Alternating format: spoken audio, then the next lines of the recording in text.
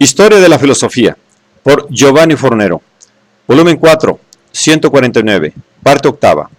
La filosofía contemporánea, tomo 2, capítulo 7. Marxismo, hermenéutica y epistemología, de Moltmann a Pannenberg. 1013. La teología de la cruz, un intento de respuesta cristiana a las filosofías novecentistas del absurdo y del sufrimiento. A casi 10 años de distancia de la publicación de Teología de la Esperanza, aparecía, en otoño de 1972, otra obra maestra de Moltmann, destinada a incidir en profundidad sobre las orientaciones teológicas actuales. El Dios crucifijo, la cruz de Cristo, fundamentos y crítica de la teología cristiana. 1973. El núcleo estructural de la teología de la cruz de Moltmann, que tiene sus precursores históricos en Pablo y Lutero y sus antecedentes del 900 en la primera teología dialéctica y en el renacimiento luterano de los años 20, reside en la asunción de la cruz a supremo principio arquitectónico y hermenéutico del cristianismo. La fe cristiana se rige y reside en el conocimiento del crucificado, es decir, en el conocimiento de Dios en el Cristo crucificado. Todas las afirmaciones cristianas sobre Dios, creación, pecado y muerte orientan hacia el crucificado. Todas las afirmaciones cristianas sobre la historia, la iglesia, la fe y santificación futura y la esperanza tienen su origen en el crucificado. La teología de la cruz se configura, pues, la pregunta es inevitable, como un salto mortal o por lo menos como un regreso respecto a la precedente teología de la esperanza. El propio Moltmann recuerda el estupor de su amigo Wolf-Dieter Marx después de la lectura del manuscrito que el Dios crucifijo. ¿Cómo es que Moltmann, de la antisonante música de Bloch, ha pasado gradualmente a una más atenuada escatología crucis? En realidad, declara nuestro autor, este pasaje no significa en absoluto un regreso desde las trompas de Pascua a las lamentaciones del Viernes Santo. En cuanto a la teología de la cruz, no es más que el revés de la teología cristiana de la esperanza. En efecto, como escribe Ricoeur, la teología de la cruz no hace más que recordarnos que la resurrección es resurrección del crucificado y la cruz es cruz del resucitado. Más profundamente aún, la teología de la cruz no solo no contradice la teología de la esperanza, sino que partiendo del sufrimiento proporciona una base más sólida y más concreta, y por lo tanto también más creíble, a la esperanza misma. En todo caso, con la teología de la cruz, Moltmann, según él mismo declara, no habría emprendido un camino completamente nuevo, sino que se habría limitado a recorrer hasta el fondo el sendero teológico en el cual se encontraba desde el principio. Aunque tanto los simpatizantes como los críticos de la teología de la esperanza, que publiqué en 1964, no la hayan entendido siempre con claridad, personalmente opino que el hilo conductor de mi pensamiento teológico ha sido precisamente esta teología de la cruz.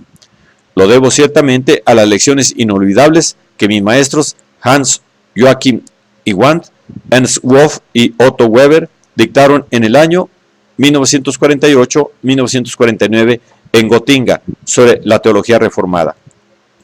Era el momento en el cual hacían su entrada en las aulas, agitados y deprimidos, aquellos de mi generación que habían conseguido sobrevivir a los campos de concentración y a los hospitales militares.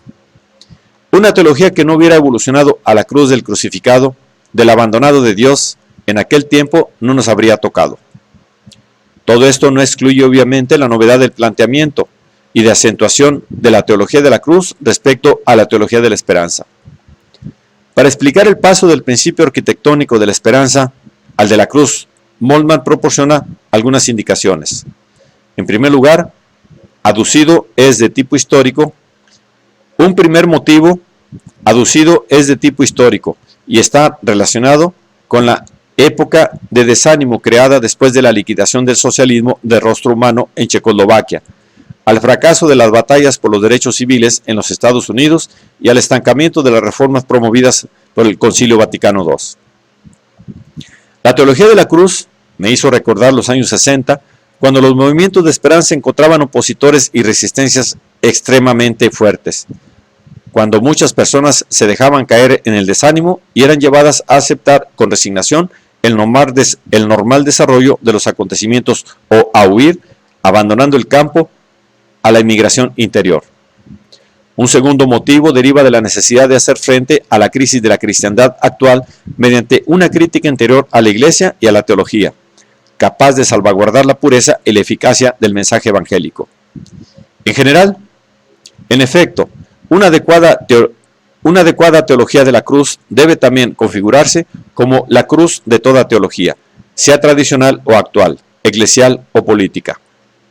Un tercer motivo, que Moltmann no menciona explícitamente, pero que tiene que ver con los anteriores, es la renovada sensibilidad por parte del hombre de nuestro tiempo por los problemas del sufrimiento y de la teodicea. El verdadero aguijón del ateísmo, escribe Moltmann en un artículo de 1966, es la cuestión de la teodicea. Si hay un Dios, ¿por qué entonces el mal y el sufrimiento? Y en una conferencia americana de 1968 observaba: desde que nosotros experimentamos la realidad como historia y no ya como cosmos, la cuestión fundamental de la teodicea está aún entre nosotros y se hace más urgente que antes. Para nosotros ya no se plantea en su vieja forma naturalística, como en los tiempos del terremoto de Lisboa de 1775. Hoy aparece en una forma política, como en la cuestión de Auschwitz. Nosotros hoy preguntamos: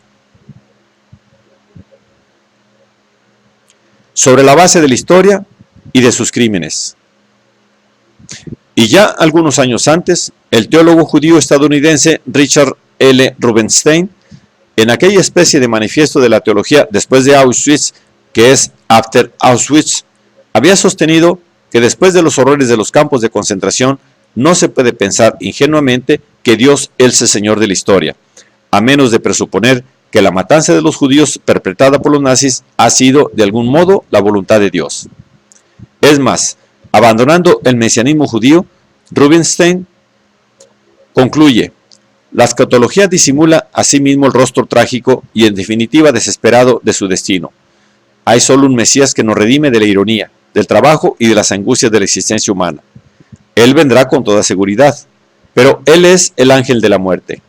La muerte es el verdadero Mesías y la tierra de los muertos es el lugar del verdadero reino de Dios. Solo en la muerte nosotros somos liberados de las vicisitudes de la existencia humana. Solicitado por este tipo de ideas, Moltmann llega a considerar el grito de Cristo agonizante sobre la cruz: Dios mío, ¿por qué me has abandonado?, como el contexto más profundo en el cual está insertada la cuestión de Dios, o sea, como el problema existencial y teológico más urgente de nuestra época. A la luz de este problema, se comprende el cambio de partners filosóficos y teológicos efectuados por Moltmann, el cual, por más que remitiéndose a una blog, sobre todo a aquel cada vez más turbado por el problema del mal y de la carencia conceptual que de él emerge, declara tener particularmente presente la dialéctica negativa de Adorno y Horkheimer, la filosofía existencial, la primera teología dialéctica y la teología meramente narrativa de Metz. La obra maestra de Moltmann consta de un prefacio de 8 capítulos. Los 2 primeros tratan de los problemas actuales del mundo cristiano, del método de la teología de la cruz y de las diversas interpretaciones históricas de la cruz. El tercer, cuarto y quintos capítulos estudian los fundamentos cristológicos de la teología de la cruz. Los restantes analizan las consecuencias que de una teología del crucificado se derivan para el concepto de Dios, capítulo 6, para la antropología, capítulo 7, y para la teoría crítica de la Iglesia y la sociedad, capítulo 8. En el primer capítulo, Moltmann comienza mostrando cómo la teología cristiana actual debe afrontar una doble crisis convergente, esto es, una crisis de importancia y una crisis de identidad. Estos dos fenómenos, hoy en día, parecen tener una relación inversa. En efecto, si los cristianos quieren salvar su propia identidad, corren el riesgo de acabar con el gueto y en la conservación en detrimento de su propia importancia. Viceversa, si quieren salvar su propia importancia, corren el riesgo de confluir en los diversos movimientos de liberación, en detrimento de su propia identidad, dando origen, de este modo, a aquel extraño dualismo por el cual los conservadores, preocupados por la identidad, mantienen la práctica cristiana.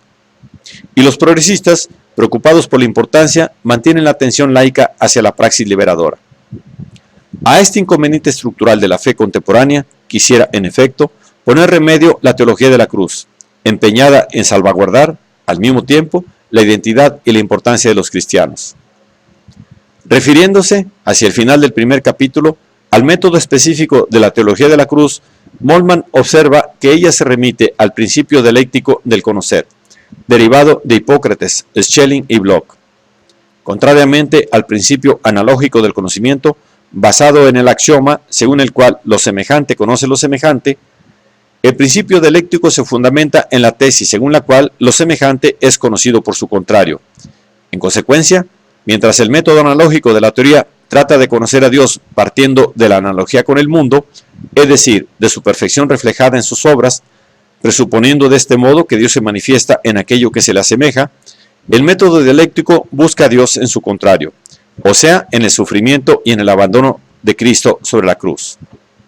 En el segundo capítulo, tratando de la oposición de la cruz a sus interpretaciones, Moltmann reseña polémicamente algunas maneras de considerar la cruz que se han afirmado durante los siglos.